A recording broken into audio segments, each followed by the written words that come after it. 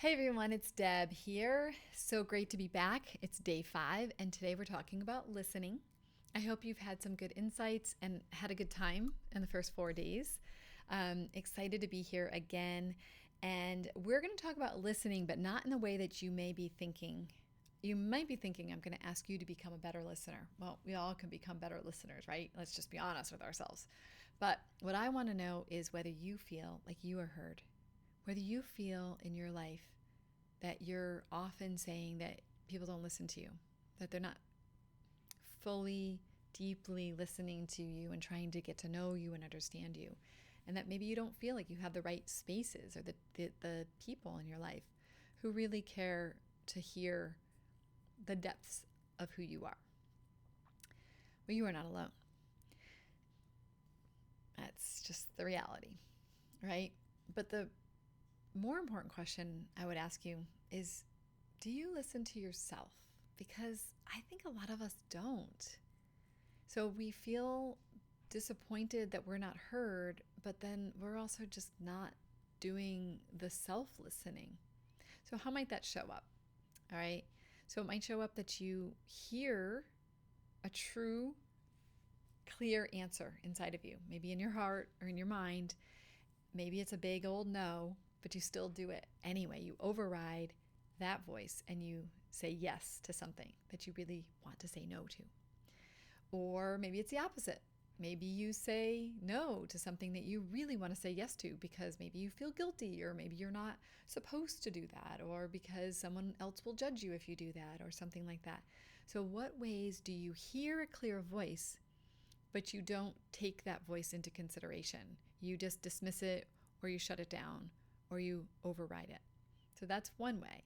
The second way is that we don't even take the time to listen to ourselves. We don't ever take the time to slow down and to listen to, like, what do I need right now? What am I feeling right now? What am I experiencing in my life right now? What's happening? What do I want to be saying that I'm not saying? Now, a lot of people would say, I'm listening to this head all the time, right? So a lot of people, they've got a lot of thoughts and a lot of chatter, and they can't even get it quiet. So you might say, I listen to myself constantly. But it's a little different kind of listening that I'm talking about. I'm talking about the listening that actually gets you out of the chatter, into the place where you begin to actually hear what's underneath the chatter. Those feelings and fears and needs, to find a space where you can do a little inquiry and get to know what's really going on for you. And to feel really, really heard. So that's the invitation today, is to learn how to listen to ourselves. So you can talk to yourself. I certainly do that in the car, in the shower. But I have a better way. And my way is to begin to, if you're not already journaling, to journal. Okay? So this is my beautiful journal. I love my journals. I'll put the type that I get in the comments below. Journaling is magical.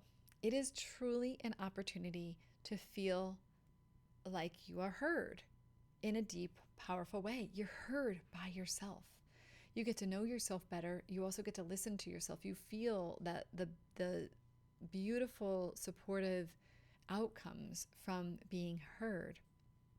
And you also get to go deeper, to explore, to literally, for me, it's like the least expensive therapist or coach that you could ever get. I love it. And when you journal, and you journal with the intention of listening to yourself, you're really saying to yourself, I hear you. I am listening. Tell me more. You are so important to me. You're so worthy of me listening. That's what we tell ourselves. And deep down, deep down, what we all really want is to know ourselves, to be in relationship with ourselves, to love ourselves. And so we need to listen to ourselves in order to do that. So that's the invitation today, is to begin a practice of journaling with the intention of listening to yourself. I'm going to put in the comments 3 ways that you can do this. You don't need anything fancy, just a piece of paper, and just write down these are the 3 ways. Be intentional. You are writing to yourself. First, just to free write, stream of consciousness. Second, to get into a dialogue with yourself as if you were in a conversation with a friend. And third is to ask specific questions, like journal prompt questions. So again, I'll put more details in the comments.